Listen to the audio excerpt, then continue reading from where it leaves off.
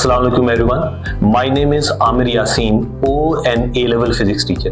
You are currently watching my YouTube channel Physics with Amir Yasin. If you want to get free lectures, free notes and free past paper solutions, then subscribe to my channel and press bell icon to stay updated with latest content. In today's lesson, we will discuss gravitational potential. Then we will discuss gravitational potential energy, and then we will discuss past year questions associated with gravitational potential and gravitational potential energy. So let's start. आज के lesson में सबसे पहले मैंने आप लोगों के साथ ग्रेविटेशनल पोटेंशियल डिस्कस करना है। तो आपने याद ये रखना है कि gravitational potential is a property of gravitational field, पहली बात। दूसरी बात आपने याद रखनी है कि gravitational potential is different at different points inside the gravitational field. तो फिर अगर मैं आपको ग्रेविटेशनल फील्ड के अंदर किसी भी पॉइंट पर ग्रेविटेशनल पोटेंशियल की न्यूमेरिकल वैल्यू बताता हूं तो मैं आपको क्या इंफॉर्मेशन पास ऑन कर रहा हूँ, मेरी बात गौर से सुननी। याद आपने रखना है कि ग्रेविटेशनल पोटेंशियल कोई नई चीज नहीं है। ग्रेविटेशनल पोटेंशियल भी ग्रेविटेशनल पोटेंशियल एनर्जी ही है, लेकिन gravitational potential energy of unit mass. Unit mass की ग्रेविटेशनल पोटेंशियल एनर्जी को हमने स्पेशल नेम दे दिया ग्रेविटेशनल पोटेंशियल। 1 kg मास की ग्रेविटेशनल पोटेंशियल एनर्जी को हमने स्पेशल नेम दे दिया ग्रेविटेशनल पोटेंशियल।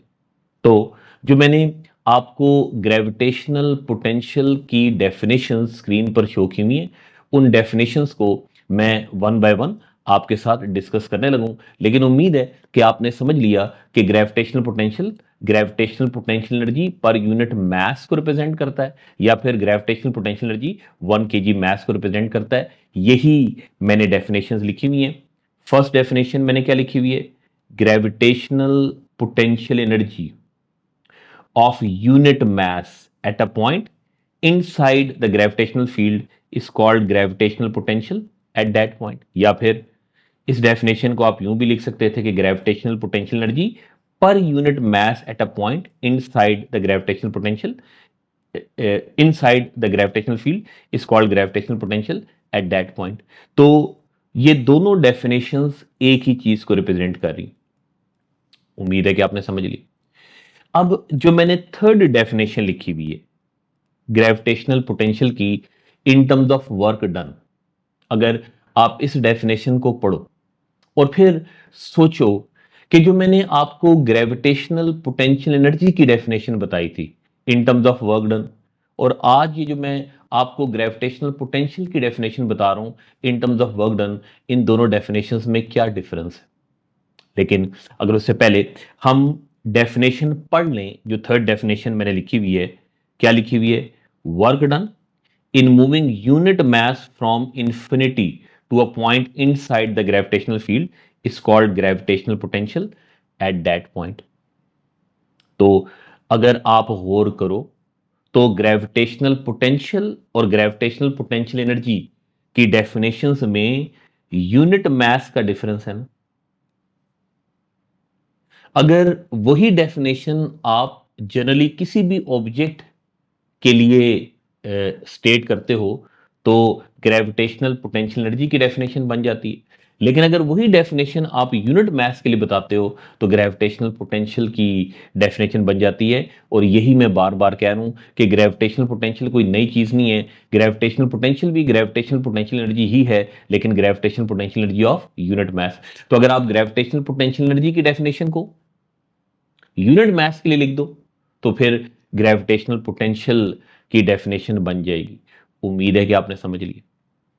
तो ग्रेविटेशनल पोटेंशियल को आप इन तीनों तरीकों से डिफाइन कर सकते हो, जिस तरीके से मैंने 3 डेफिनेशंस लिखी। अब अगर मैं ग्रेविटेशनल पोटेंशियल को मैथमेटिकली रिप्रेजेंट करूं इन तीनों डेफिनेशन से, तो ऐसे लिख सकता हूं कि gravitational potential is equal to gravitational potential energy over mass। यही मैंने डेफिनेशन लिखी हुई है ना कि gravitational potential energy of unit mass is called gravitational potential. तो this is mathematical expression for gravitational potential. Gravitational potential को मैं लेटर phi से रिप्रेजेंट कर रहा हूं, ठीक है। ग्रेविटेशनल पोटेंशियल एनर्जी को अगर मैं लेटर u से रिप्रेजेंट करूं, मास को m से रिप्रेजेंट करूं, तो लेटर्स की फॉर्म में फिर ग्रेविटेशनल पोटेंशियल का एक्सप्रेशन उस तरीके से बनेगा ना जैसे मैंने लिखा। उम्मीद है कि आपने समझ ली। फिर आगे चलकर और डिटेल में बता दूंगा, लेकिन फिलहाल अगर आप इस एक्सप्रेशन से ग्रेविटेशनल पोटेंशियल की यूनिट देखो तो ग्रेविटेशनल पोटेंशियल की यूनिट फिर जूल पर केजी बनेगी नहीं बनेगी।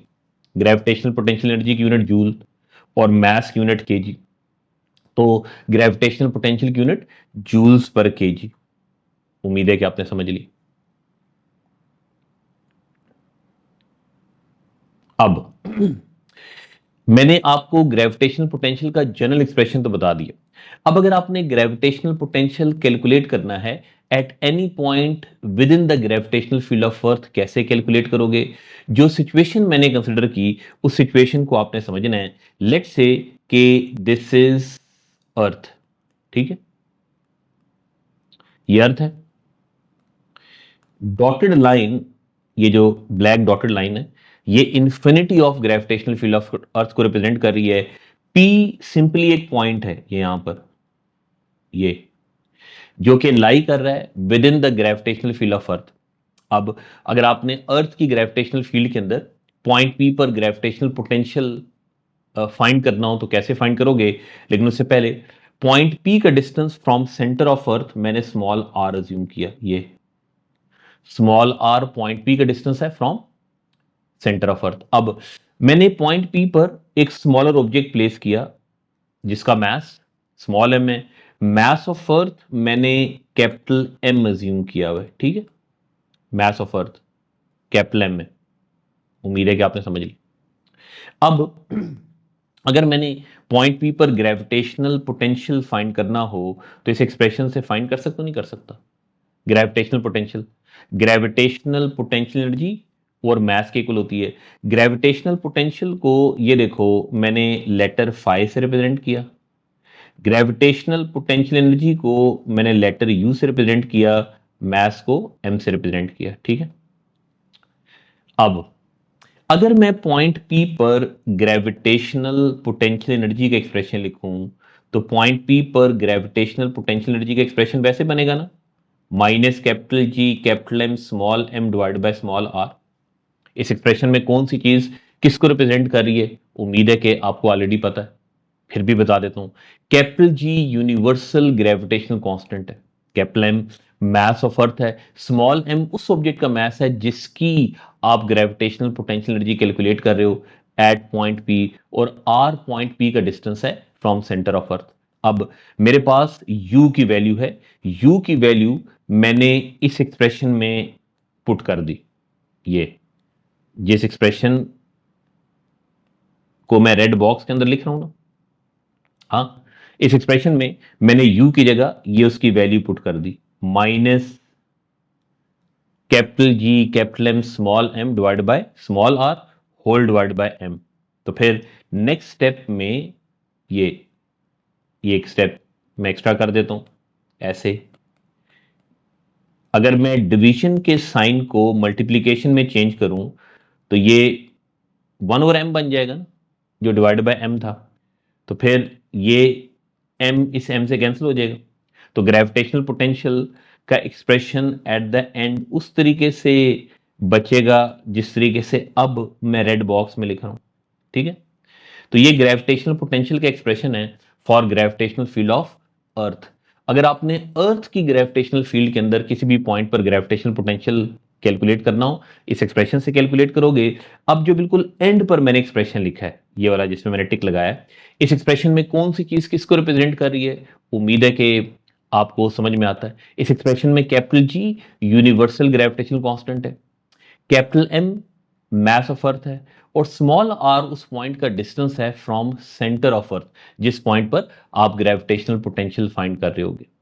मिसाल के तौर पर मुझे सोच कर बताओ कि अगर मैंने ग्रेविटेशनल पोटेंशियल फाइंड करना हो एट सरफेस ऑफ अर्थ, ये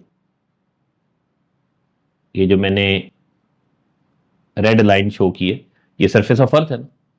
तो अगर मैंने ग्रेविटेशनल पोटेंशियल कैलकुलेट करना है एट सरफेस ऑफ अर्थ, तो इस एक्सप्रेशन में जो ग्रेविटेशनल पोटेंशियल का जनरल एक्सप्रेशन है, डिनोमिनेटर में मैं सरफेस का डिस्टेंस पुट करूंगा फ्रॉम सेंटर ऑफ अर्थ, और सरफेस का distance from centre of earth radius of earth को रिप्रेजेंट करता है ना। रेडियस ऑफ अर्थ को मैं कैपिटल आर से रिप्रेजेंट कर रहा हूं, तो gravitational potential at surface of Earth का एक्सप्रेशन फिर minus capital G capital M divide by capital R बनेगा, नहीं बनेगा? तो डिनोमिनेटर में कैपिटल आर तब पुट करोगे जब आप ग्रेविटेशनल पोटेंशियल फाइंड कर रहे होगे एट सरफेस ऑफ अर्थ, लेकिन जनरली डिनोमिनेटर में आप उस पॉइंट का डिस्टेंस पुट करोगे फ्रॉम सेंटर ऑफ अर्थ जिस पॉइंट पर आप ग्रेविटेशनल पोटेंशियल फाइंड कर रहे होगे। तो अभी तक मैंने आप लोगों को ग्रेविटेशनल पोटेंशियल की डेफिनेशन बता दी, ग्रेविटेशनल पोटेंशियल का मैथमेटिकल एक्सप्रेशन बता दिया। आपने ना सिर्फ ग्रेविटेशनल पोटेंशियल का जनरल एक्सप्रेशन याद रखना है, बल्कि एक्सप्रेशन याद रखना है फॉर ग्रेविटेशनल फील्ड ऑफ अर्थ। अब मैं आपको ग्रेविटेशनल पोटेंशियल की प्रॉपर्टीज बताने लगूं।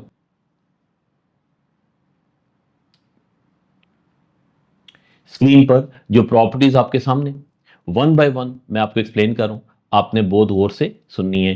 जो मैंने फर्स्ट प्रॉपर्टी लिखी हुई है ग्रेविटेशनल पोटेंशियल की, क्या लिखी हुई है कि ग्रेविटेशनल पोटेंशियल की यूनिट जूल पर केजी बनेगी। ऑलरेडी मैंने बता दिया ग्रेविटेशनल पोटेंशियल का एक्सप्रेशन, ये देखो ना,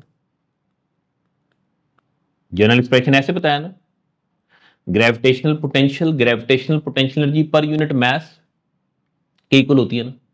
तो एनर्जी की यूनिट जूल और मास की यूनिट केजी। तो फिर बताओ कि ग्रेविटेशनल पोटेंशियल की यूनिट जूल पर केजी बनेगी, नहीं बनेगी? यही मैंने लिखा हुआ कि ग्रेविटेशनल पोटेंशियल की यूनिट जूल पर केजी होती। उसके बाद जब मैं कह रहा हूं सेकंड प्रॉपर्टी में कि gravitational potential is a scalar quantity, तो इससे मैं आपको क्या इंफॉर्मेशन पास कर रहा हूं कि ग्रेविटेशनल पोटेंशियल के एक्सप्रेशन में अगर नेगेटिव साइन आए तो नेगेटिव साइन को आपने पार्ट ऑफ मैग्नीट्यूड कंसिडर करना है। ग्रेविटेशनल पोटेंशियल का जो अभी थोड़ी देर पहले मैंने अर्थ के लिए एक्सप्रेशन बताया वैसे बताया ना, ठीक है। अब इस एक्सप्रेशन में बताओ ये नेगेटिव साइन आ रहा है कि नहीं आ रहा? इस नेगेटिव साइन को आपने पार्ट ऑफ मैग्नीट्यूड कंसिडर करना है। क्या मतलब है कि जब भी आप ग्रेविटेशनल पोटेंशियल की न्यूमेरिकल वैल्यू एक्सप्रेशन के अंदर पुट करोगे, नेगेटिव साइन के समेत पुट करोगे। ग्रेविटेशनल पोटेंशियल की सारी वैल्यूज बिलो इन्फिनिटी नेगेटिव होंगी। नेगेटिव साइन को आपने पार्ट ऑफ मैग्नीट्यूड कंसिडर करना है। एक्सप्रेशन के अंदर जब भी आप ग्रेविटेशनल पोटेंशियल की न्यूमेरिकल वैल्यू पुट करोगे, नेगेटिव साइन समेत पुट करोगे। उम्मीद है कि आपने सेकंड प्रॉपर्टी को समझ लिया। अब थर्ड प्रॉपर्टी में मैं gravitational potential versus distance graph बनाने लगूं for gravitational field of earth. अगर आपने अर्थ की ग्रेविटेशनल फील्ड के अंदर outside surface of earth gravitational potential versus distance graph बनाना हो, कैसे बनाओगे? मिसाल के तौर पर ग्राफ मैंने बनाया हुआ है, उम्मीद है कि ग्राफ आपको समझ में आता होगा। Gravitational potential versus distance graph, पहली बात कर्व बनेगा, दूसरी बात कर्व नेगेटिव एक्सिस में बनेगी, तीसरी बात ग्रेडियंट नेगेटिव होगा, और चौथी बात कर्व एक्स एक्सिस को टच नहीं करेगी। तो अगर आपने अर्थ के लिए gravitational potential versus distance graph बनाना हो, ग्राफ उस तरीके से बनाओगे जैसे मैंने बनाया। ग्रेविटेशनल पोटेंशियल को मैंने लेटर वी से रिप्रेजेंट किया, हाँ, और डिस्टेंस को आर से रिप्रेजेंट करूं। अब ये मैंने ग्राफ ऐसे क्यों बनाया, कर्व क्यों बनाया नेगेटिव एक्सिस में? क्योंकि ग्रेविटेशनल पोटेंशियल को लेटर फाइव से रिप्रेजेंट करूं। अच्छा, ये वी की जगह मैंने फाइव लिख दिए। तो gravitational potential minus capital G capital M divide by small R. अब बताओ कि इस एक्सप्रेशन में कैपिटल जी भी कांस्टेंट है, कैपिटल एम भी कांस्टेंट है, तो ये प्रोडक्ट जी इंटू एम कांस्टेंट होगा। अगर मैं कांस्टेंट को रिमूव करूं तो इक्वलिटी रिमूव हो जाती है, उसकी जगह प्रोपोर्शनैलिटी आ जाती है। तो बताओ कि नेक्स्ट स्टेप में इस एक्सप्रेशन को वैसे लिखा जा सकता है जैसे मैंने लिखा। तो इसका मतलब है कि gravitational potential and distance are inversely proportional. जब दो चीजों के दरमियान इनवर्स प्रोपोर्शनैलिटी हो तो उनका ग्राफ कर्व बनता है। पहली बात, मैंने ग्राफ कर्व बनाया हुआ। फिर नेगेटिव साइन की वजह से कर्व मैंने नेगेटिव एक्सिस में बनाई। क्यों? क्योंकि नेगेटिव साइन की वजह से ग्रेविटेशनल पोटेंशियल की सारी वैल्यूज नेगेटिव होंगी ना। तो जब ग्रेविटेशनल पोटेंशियल की सारी वैल्यूज नेगेटिव होंगी तो ग्रेविटेशनल पोटेंशियल का ग्राफ नेगेटिव एक्सिस में बनेगा नहीं बनेगा? तो ग्राफ कर्व बनेगा, नेगेटिव एक्सिस में बनेगा, ग्राफ कर्व बनेगा with negative gradient, curve x axis को टच नहीं करेगी। फिर इस ग्राफ से भी तीन बातें पता लग रही हैं जो कि मैंने लिखी हुई हैं। पहली बात कि gravitational potential is minimum eight surface of earth. Gravitational potential को मैंने शॉर्ट करके जीपी लिखा हुआ है, ठीक है। ये देखो, ये जो वैल्यू है ये मिनिमम वैल्यू है ना। ये नेगेटिव साइन को जब आप पार्ट ऑफ मैग्नीट्यूड कंसीडर कर रहे होगे तो ये ग्रेविटेशन पोटेंशियल की मिनिमम वैल्यू है। और ये वैल्यू कहां पर ऑब्टेन हो रही है? एट सरफेस ऑफ अर्थ, ठीक। तो इसका मतलब है कि ग्रेविटेशनल पोटेंशियल मिनिमम होगा एट सरफेस ऑफ अर्थ। फिर जैसे जैसे आप सरफेस ऑफ अर्थ से अवे मूव करते हो ग्रेविटेशनल पोटेंशियल की नेगेटिव वैल्यू डिक्रीज होती है। अगर नेगेटिव वैल्यू डिक्रीज हो रही है तो इसका मतलब है कि ओवरऑल क्वांटिटी इंक्रीज हो रही है ना। तो जैसे जैसे आप सरफेस ऑफ अर्थ से अवे मूव करोगे ग्रेविटेशनल पोटेंशियल इंक्रीज होगा और इन्फिनिटी पर जाकर ग्रेविटेशनल पोटेंशियल जीरो हो जाएगा और जीरो ग्रेविटेशनल पोटेंशियल की मैक्सिमम वैल्यू। उम्मीद है कि आपने समझ ली। तो थर्ड प्रॉपर्टी में मैंने आपको ये बताया कि अगर आपने अर्थ के लिए या फिर किसी भी प्लेनेट के लिए gravitational potential versus distance graph बनाना हो, ग्राफ कैसे बनेगा। उसके बाद फोर्थ प्रॉपर्टी में मैं आपको ये बताने लगा हूं कि gravitational potential versus distance graph का ग्रेडियंट किस फिजिकल क्वांटिटी को रिप्रेजेंट करे। स्क्रीन पर आपके सामने लिखा हुआ है, लेकिन इस चीज को मैं मैथमेटिकली प्रूव भी कर देता हूं कि gravitational potential versus distance graph का ग्रेडियंट ग्रेविटेशनल फील्ड स्ट्रेंथ को रिप्रेजेंट करता है। तो ग्रेविटेशनल पोटेंशियल को मैंने लेटर फाई से रिप्रेजेंट किया, डिस्टेंस को आर से रिप्रेजेंट किया। Gravitational potential versus distance graph का अगर मैं ग्रेडियंट कैलकुलेट करूं, ग्रेडियंट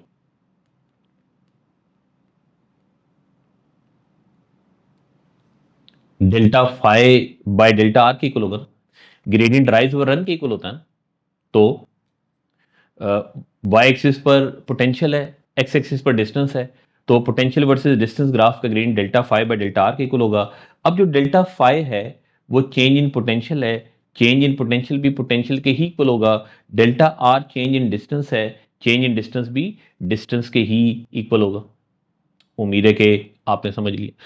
उसके बाद नेक्स्ट स्टेप में अगर मैं फाई की जगह उसकी उसका एक्सप्रेशन पुट करूं, capital G capital M divide by small are whole divide by are.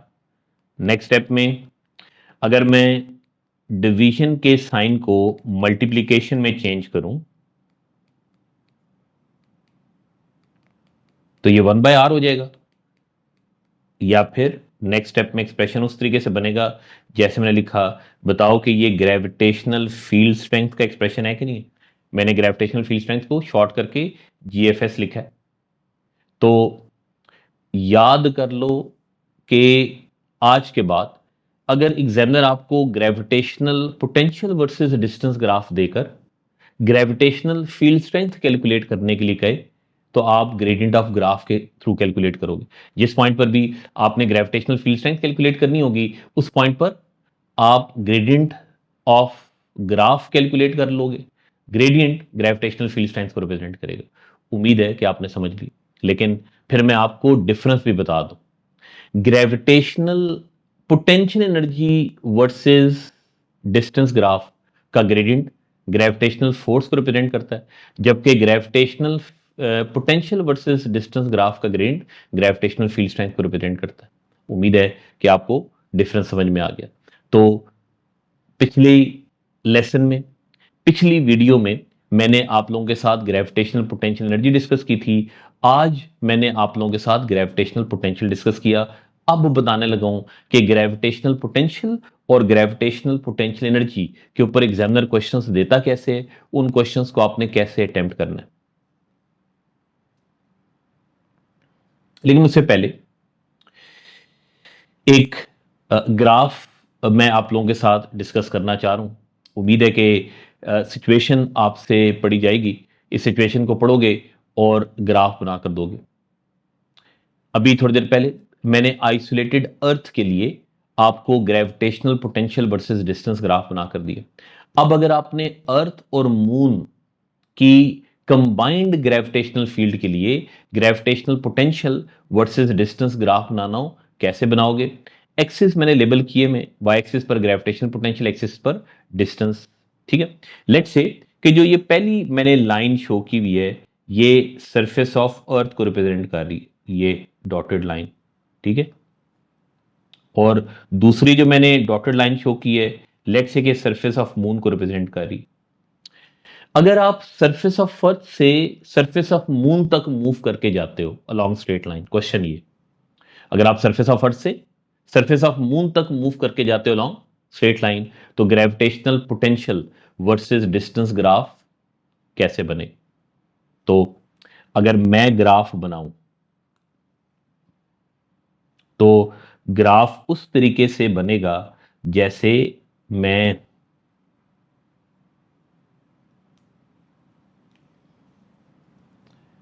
Show कर रहा हूं स्क्रीन पर। जो मैंने ग्राफ बनाया, उम्मीद है कि आपको समझ में आता हो। तो अगर आप अर्थ और मून की कंबाइंड ग्रेविटेशनल फील्ड के अंदर gravitational potential versus distance graph बनाओ, तो ग्राफ उस तरीके से बनेगा जैसे मैंने बनाया। ठीक है, अब ये देखो, ये पीक है।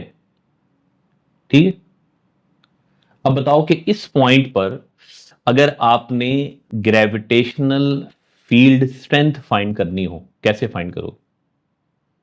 ग्रेडियंट ऑफ ग्राफ के थ्रू ना। बताओ कि पीक पर ग्रेडियंट ऑफ ग्राफ 0 है ना, तो इसका मतलब है कि इस पॉइंट पर ग्रेविटेशनल फील्ड स्ट्रेंथ 0 होगी। तो याद है पिछले लेसन में मैंने ग्रेविटेशनल फील्ड स्ट्रेंथ वाले टॉपिक में मैंने इस तरह की सिचुएशन कंसिडर की थी कि अगर आप सरफेस ऑफ अर्थ से मूव करके सरफेस ऑफ मून तक जाओ अलोंग स्ट्रेट लाइन, तो एक पॉइंट लाजमी ऐसा आता है जहां पर ग्रेविटेशनल फील्ड स्ट्रेंथ 0 होती है। हाँ, उस पॉइंट को मैंने पॉइंट पी लेबल किया था। तो इस ग्राफ से पता लग रहा है कि नहीं लग रहा कि एक पॉइंट बीच पे लाजमी ऐसा आ रहा है जहां पर ग्रेविटेशनल फील्ड स्ट्रेंथ 0 है और उस पॉइंट पर ग्रेडियंट ऑफ ग्राफ 0 है। उम्मीद है कि आपने समझ ली। फिर बताओ कि ये सरफेस ऑफ अर्थ है ना, अगर आपने सरफेस ऑफ अर्थ पर, अगर मैं आपको लेबल्ड ग्राफ दे दूं, यानी कि वाई एक्सिस भी लेबल्ड हो न्यूमेरिकल वैल्यूज के साथ, एक्स एक्सिस भी लेबल्ड हो न्यूमेरिकल वैल्यूज के साथ, और सरफेस ऑफ अर्थ पर मैं आपको ग्रेविटेशनल फील्ड स्ट्रेंथ फाइंड करूं, तो जिस पॉइंट पर मैंने ये ब्लू एरो शो की है वो पॉइंट सरफेस ऑफ अर्थ को रिप्रेजेंट कर रहा है ना, तो इस पॉइंट पर आप ग्रेडियंट ऑफ ग्राफ कैलकुलेट कर लोगे, आपके पास ग्रेविटेशनल फील्ड स्ट्रेंथ आ जाएगी एट सरफेस ऑफ अर्थ। इसी तरीके से अगर आपने ग्रेविटेशनल फील्ड स्ट्रेंथ फाइंड करनी है एट सरफेस ऑफ मून, तो फिर अब जिस पॉइंट पर मैं ब्लू एरो लगा रहा हूं, इस पॉइंट पर आप ग्रेडियंट ऑफ ग्राफ कैलकुलेट कर लोगे, तो आपके पास ग्रेविटेशनल फील्ड स्ट्रेंथ आ जाएगी एट सरफेस ऑफ मून। इस तरह का एक क्वेश्चन, बल्कि एक से ज्यादा क्वेश्चंस पास पेपर्स में मौजूद हैं जिसमें एग्जामिनर ने यही चीजें फाइंड करने के लिए कही हैं, जो कि जनरली मैंने आपको बता दी। जब अभी थोड़ी देर बाद मैं आपके साथ पास्ट ईयर क्वेश्चन डिस्कस करता हूं, तो इस क्वेश्चन को भी मैं आपके साथ डिस्कस कर लूंगा। लेकिन जनरली आपने समझ लिया कि अगर आप अर्थ और मून की कंबाइंड ग्रेविटेशनल फील्ड के लिए gravitational potential versus distance graph बनाते हो, ग्राफ कैसे बनेगा, और फिर आपने उस ग्राफ से अगर कैलकुलेशंस करनी हो, कैसे कैलकुलेशंस करोगे। उसके बाद जल्दी जल्दी मैं कुछ पास्ट ईयर क्वेश्चंस आप लोगों के साथ डिस्कस कर रहा हूं। आपने इन क्वेश्चंस को बड़े अच्छे तरीके से सुनना और समझना है। इस क्वेश्चन के फर्स्ट पार्ट में एग्जामिनर ग्रेविटेशनल पोटेंशियल की डेफिनेशन पूछ रहा है। तो जो मैंने आपको डेफिनेशंस बताई थी उनमें से कोई एक डेफिनेशन लिख दोगे तो आपको मार्क्स मिल जाएंगे। उसके बाद पार्ट बी को मैं थोड़ा सा जूम इन कर रहा हूँ, सॉरी जूम आउट किया है ताकि पूरा ग्राफ आपको नजर आ जाए। अगर आप क्वेश्चन पढ़ो तो एग्जामिनर कह रहा है कि Artemis is a spherical planet that may be assumed to be isolated in space. The variation with distance x from the center of Artemis of the gravitational potential phi is shown in figure 1.1. Examiner ने जो graph show किया हुआ है वो gravitational potential versus distance graph है for a particular planet. उम्मीद है कि आपको सिचुएशन समझ में आ गई। अब इस क्वेश्चन के फर्स्ट पार्ट में ये मैंने जूम इन कर दिया दोबारा से। इस क्वेश्चन के फर्स्ट पार्ट में एग्जामिनर ने रेडियस ऑफ प्लैनेट बता दिया।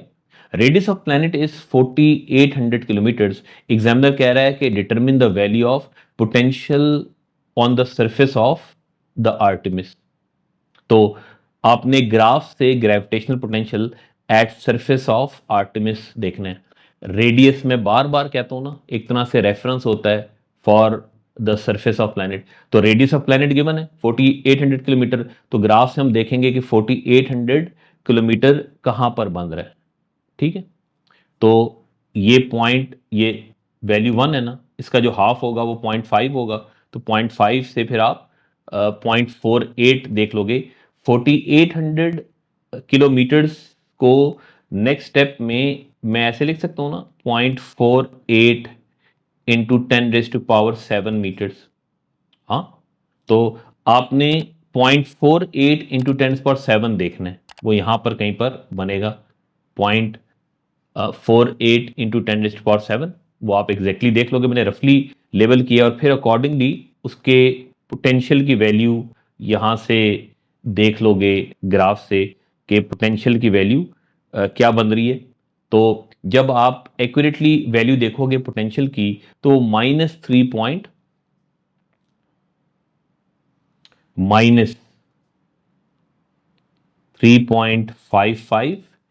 इंटू 10⁻⁷ आएगी। उम्मीद है कि आपने समझ लिया कि पार्ट 1 का आंसर आप कैसे बताओगे।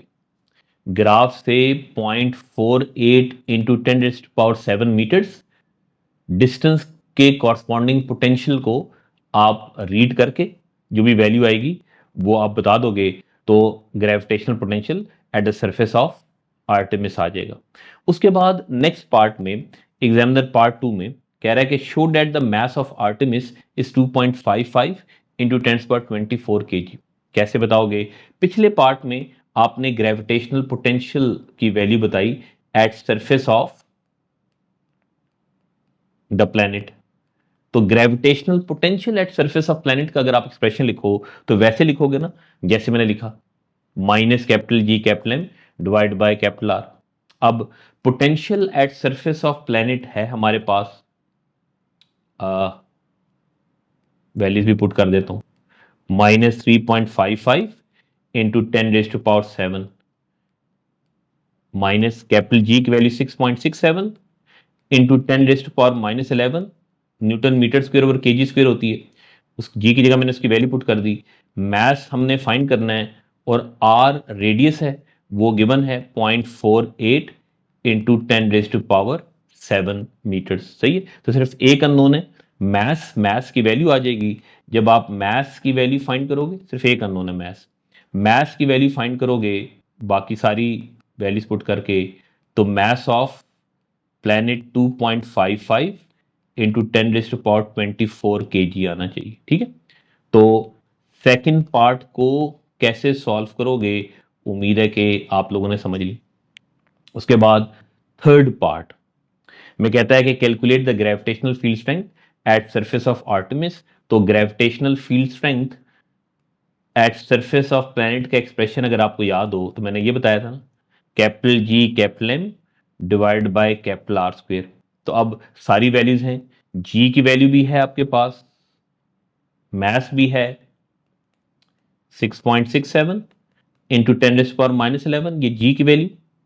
मास पिछले पार्ट में आपने फाइंड कर लिया कैपिटल एम प्लैनेट का, वो मैंने पुट कर दिया 2.55 इंटू 10⁻24, और आर की वैल्यू रेडियस 0.48 इंटू 10⁻7 स्क्वेयर। ठीक है, तो जब आप इसको मैथमेटिकली सॉल्व करोगे तो gravitational field strength at surface of planet 7.4 Newton पर केजी आएगी। इसको मैथमेटिकली सॉल्व करके देख लेना। तो मैंने gravitational field strength at surface of planet find कर ली। उम्मीद है कि आपने थर्ड पार्ट का आंसर भी समझ लिया। उसके बाद जो पार्ट 4 है उसको अगर आप पढ़ो तो पार्ट 4 में एग्जामिनर अब कह रहा है कि a satellite is in orbit at a fixed position above the point on the surface of Artemis. The satellite is located above the equator of the Artemis at a height above the surface where gravitational potential is minus 0.65 in 10⁻7 joules per kg. Calculate the time period in hours of rotation of the Artemis. तो अब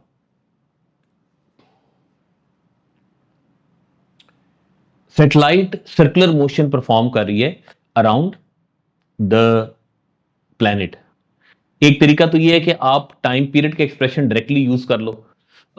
मैंने अगर आपको याद हो जब motion of planet around sun discuss की थी, उसके बाद मैंने motion of satellite around earth आप लोगों के साथ डिस्कस की थी। जब मैंने आपके साथ मोशन ऑफ सैटेलाइट अराउंड अर्थ का टॉपिक डिस्कस किया था तो वहां पर मैंने आपको सैटेलाइट के टाइम पीरियड के एक्सप्रेशन ड्राइव करके दिया था। मैंने कहा था कि आप इन एक्सप्रेशंस को याद रखना है। एक तरीका तो ये है कि आप उस एक्सप्रेशन को डायरेक्टली यूज कर लो, अदरवाइज उस एक्सप्रेशन को ड्राइव किया जा सकता है। कैसे, ये देखो कि सैटेलाइट सर्कुलर मोशन परफॉर्म कर रही है, इसका मतलब है कि सैटेलाइट के ऊपर सेंटीपिटल फोर्स एक्ट कर रही है। सेंटीपिटल फोर्स के मैंने 3 एक्सप्रेशंस बताए थे, उनमें से एक expression m r omega square भी था। एम मास ऑफ सैटेलाइट है, r radius of orbit of satellite है, omega angular velocity of satellite है।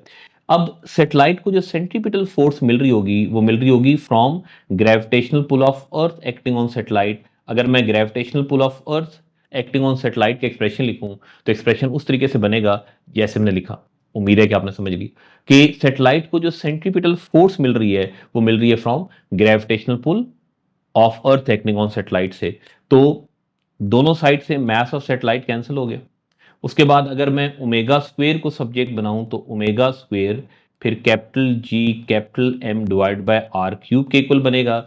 ओमेगा की जगह नेक्स्ट स्टेप पे मैंने 2 पाई बाय कैपिटल टी लिख दिया। Omega 2 pi by capital T के इक्वल होता है। ठीक है, और उसके बाद अगर मैं टी को सब्जेक्ट बनाऊं, उम्मीद है कि बाकी कैलकुलेशन आप कर लोगे। टी को सब्जेक्ट बनाऊं तो 2 pi under the root R cube over G into M के इक्वल बनेगा। ठीक हो गया। तो अब हमने टाइम पीरियड फाइंड करना है। देखते हैं कि क्या कुछ हमें ऑलरेडी पता है। जी की वैल्यू ऑलरेडी हमें पता है 6.67 इंटू 10⁻⁻11। मास ऑफ आर्टेमिस हमने पिछले पार्ट्स में फाइंड कर लिया, हमें पता है। अब अगर हमें रेडियस ऑफ ऑर्बिट पता लग जाए तो मसला हो जाता है। तो रेडियस ऑफ ऑर्बिट आप कहां से देखोगे, आप ग्राफ से इस ग्रेविटेशनल पोटेंशियल का कॉरस्पॉन्डिंग डिस्टेंस देख लोगे, कोई मुश्किल बात नहीं। आप इस ग्राफ से, जो गिवन ग्राफ है ना, उससे जब इस पॉइंट का कॉरस्पॉन्डिंग डिस्टेंस देखोगे तो आपके पास ये आर की वैल्यू आ जाएगी। तो आर की वैल्यू और बाकी सारी वैल्यूज जब आप एक्सप्रेशन में पुट करके टाइम पीरियड फाइंड करोगे तो पहले टाइम पीरियड आपके पास सेकंड्स में आएगा।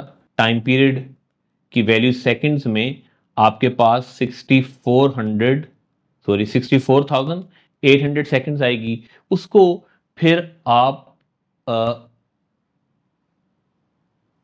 आवर्स में कन्वर्ट कर लोगे। तो जब आप इसको आवर्स में कन्वर्ट करोगे तो आपके पास 18 आवर्स बनेंगे। उम्मीद है कि आपने समझ ली। तो एक मैंने क्वेश्चन आप लोगों के साथ डिस्कस कर लिया। इसका जो पार्ट सी है इसमें एग्जामिनर कह रहा है state one similarity and one difference between gravitational potential and electric potential. तो जब मैं आपके साथ इलेक्ट्रिक पोटेंशियल डिस्कस करूंगा इलेक्ट्रिक फील्ड के चैप्टर में, तो वहां पर फिर आपको ऑटोमेटिकली ग्रेविटेशनल पोटेंशियल और इलेक्ट्रिक पोटेंशियल की सिमिलैरिटी और डिफरेंस पता लग जाएगा। फिलहाल मैं इस पार्ट को छोड़ रहा हूं। उसके बाद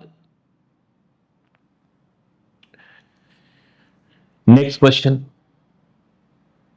अगर आप पढ़ो तो ये वैसा ही क्वेश्चन है जैसा एक क्वेश्चन मैंने ग्रेविटेशनल फील्ड स्ट्रेंथ का टॉपिक पढ़ाते हुए आप लोगों के साथ डिस्कस किया था। बहरहाल इस क्वेश्चन को मैं दोबारा डिस्कस करूं। फर्स्ट पार्ट में अगेन अगर आप पढ़ो इस क्वेश्चन के, एग्जामिनर ने ग्रेविटेशनल पोटेंशियल की डेफिनेशन पूछी है, तो आप ग्रेविटेशनल पोटेंशियल की डेफिनेशन बता दोगे। मैंने ग्रेविटेशनल पोटेंशियल की डेफिनेशन आपको बता दी थी, उनमें से कोई एक डेफिनेशन बता दोगे। सेकंड पार्ट को अगर आप पढ़ो तो एग्जामिनर ने अर्थ और मून की कंबाइंड ग्रेविटेशनल फील्ड को कंसिडर किया। उसके बाद एग्जामिनर ने मास ऑफ अर्थ बता दिया, मास ऑफ मून बता दिया, distance between centre of earth and centre of moon बता दी। ये देखो, ये जो 3.84 इंटू 10⁸ मीटर्स है, ये डिस्टेंस है between centre of earth and centre of moon. ये मास ऑफ अर्थ गिवन है, मास ऑफ मून गिवन। फिर एग्जामिनर कह रहा है कि पी पॉइंट है जो कि लाई कर रहा है लाइन पर joining the centres of earth and centre of moon. P is a point which is lying on a line joining the centre of earth and centre of moon. मैंने आपको question की स्टेटमेंट बता दी कि question की statement क्या है। वैसे आप खुद भी जब पढ़ोगे तो आपको समझ में आ जाएगा। अब पार्ट B1 में एग्जामिनर कह रहा है कि explain how it is possible for gravitational field strength to be zero despite the presence of two large masses nearby. Examiner ने क्वेश्चन की स्टेटमेंट में बताया हुआ, अगर आप पढ़ो, कि पॉइंट P पर, ये यहां पर ग्रेविटेशनल फील्ड स्ट्रेंथ जीरो है, ये लिखा हुआ gravitational field strength, resultant gravitational field strength zero है एट पॉइंट P। ठीक है, पूछ रहा है कि कैसे मुमकिन है कि पॉइंट P पर gravitational field strength zero, point P के अराउंड दो लार्ज मैसेज लाई कर रहे हैं, एक अर्थ दूसरा मून, फिर भी पॉइंट P पर ग्रेविटेशनल फील्ड स्ट्रेंथ जीरो है। तो अगर हम रिवर्स चलें, देखो gravitational field strength resultant force per unit mass को बोलते हैं ना। तो जब पॉइंट P पर एग्जामिनर ने कहा कि ग्रेविटेशनल फील्ड स्ट्रेंथ जीरो है, तो ग्रेविटेशनल फील्ड स्ट्रेंथ की जगह मैंने जीरो पुट कर दिया। तो इसका मतलब है कि पॉइंट P पर resultant force per unit mass zero है, या फिर पॉइंट P पर रिजल्टेंट फोर्स जीरो है। अब पॉइंट P पर रिजल्टेंट फोर्स उसी सूरत में जीरो होगी ना, जब पॉइंट P पर जितनी फोर्स अर्थ एग्जर्ट कर रही होगी उतनी फोर्स मून एग्जर्ट कर रहा होगा। पॉइंट P पर अगर आप कोई भी स्मॉलर ऑब्जेक्ट प्लेस करो तो उस ऑब्जेक्ट पर अर्थ भी फोर्स एग्जर्ट करेगी, ऐसे पॉइंट P पर स्मॉलर ऑब्जेक्ट के ऊपर अर्थ जो फोर्स एग्जर्ट कर रही होगी उसको मैंने Fe एज्यूम किया, और मून भी फोर्स एग्जर्ट कर रहा होगा, ऐसे मून जो फोर्स एग्जर्ट कर रहा होगा उसको मैंने Fm एज्यूम किया। तो अगर इन दोनों फोर्सेस का मैग्नीट्यूड सेम हो, डायरेक्शन एग्जैक्टली अपोजिट है, तो दोनों फोर्सेस एक दूसरे को कैंसिल आउट कर देंगी, जिसकी वजह से रिजल्टेंट फोर्स जीरो होगी, जिसकी वजह से resultant force per unit mass zero होगी, ग्रेविटेशनल फील्ड स्ट्रेंथ जीरो होगी। उम्मीद है कि आपको समझ में आ गया कि पॉइंट P पर ग्रेविटेशनल फील्ड स्ट्रेंथ क्यों जीरो होगी। पार्ट B1 को मैंने एक्सप्लेन कर दिया। उसके बाद पार्ट B2 में एग्जामिनर x की वैल्यू फाइंड करने के लिए कह रहा है। x, अगर आप डायग्राम देखो, पॉइंट P का डिस्टेंस है फ्रॉम सेंटर ऑफ अर्थ। अगर आपने पॉइंट P का डिस्टेंस फाइंड करना हो फ्रॉम सेंटर ऑफ अर्थ, कैसे फाइंड करोगे बताने लगूं। ये एक तरह से मैंने पहले भी सॉल्व करके दिया हुआ है ये सेकंड पार्ट को। पॉइंट P पर जितनी फोर्स अर्थ एग्जर्ट कर रही है उतनी फोर्स मून एग्जर्ट कर रहा है। ठीक है, अब अगर मैं Newton's law of gravitation use करूं अर्थ और मून दोनों के लिए, पहले अर्थ के लिए यूज कर रहा हूं, तो Fe का एक्सप्रेशन आ जाएगा capital G mass of earth, mass of smaller object divided by square of distance of point P from center of the earth। और अगर मैं न्यूटन्स लॉ ऑफ ग्रेविटेशन को मून के लिए यूज करूं तो फिर एक्सप्रेशन ऐसे बनेगा, capital G mass of moon, mass of smaller object, square of distance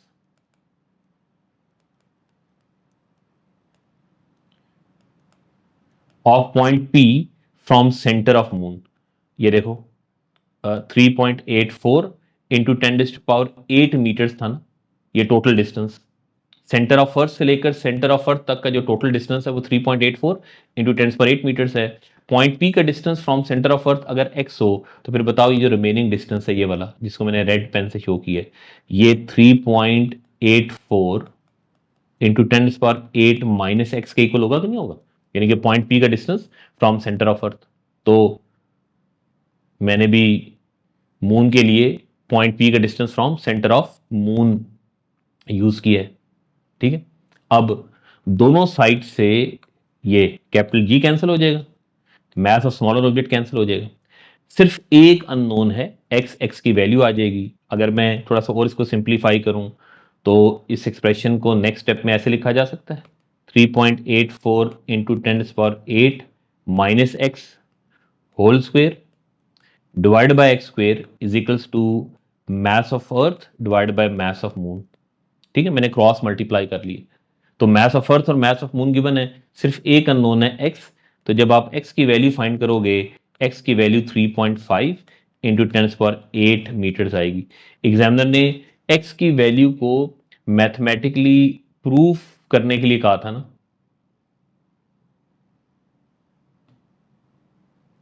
उम्मीद है कि आपने समझ ली। उसके बाद नेक्स्ट पार्ट में, पार्ट 3 में एग्जामिनर ने ग्रेविटेशनल पोटेंशियल फाइंड करने के लिए कहा हुआ है एट पॉइंट P। अगर आपने पॉइंट P पर ग्रेविटेशनल पोटेंशियल फाइंड करना हो, कैसे फाइंड करोगे, तो मैं ग्रेविटेशनल पोटेंशियल भी फाइंड करके दे रहा हूं। अगर मैं ये पहले रब कर दूं जो सारा कुछ मैंने लिखा हुआ है, फिर मैं इसको सॉल्व कर देता हूं।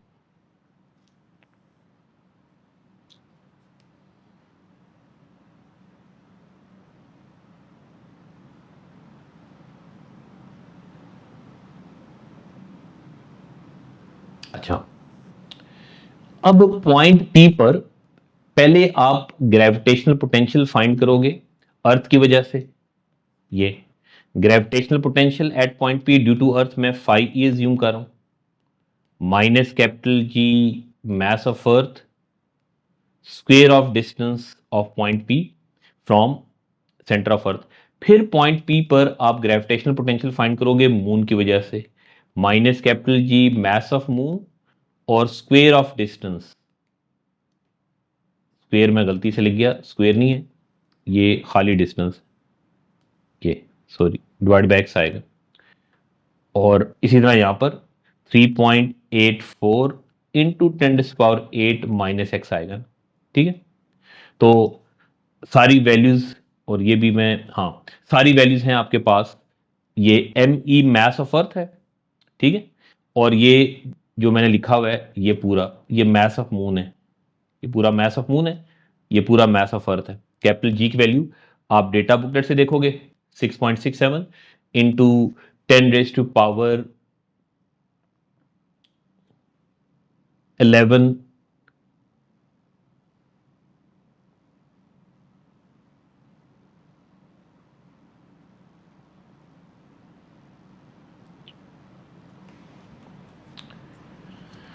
तो आपके पास ग्रेविटेशनल पोटेंशियल और gravitational potential at surface of earth आ जाएगा, gravitational potential at surface of moon आ जाएगा।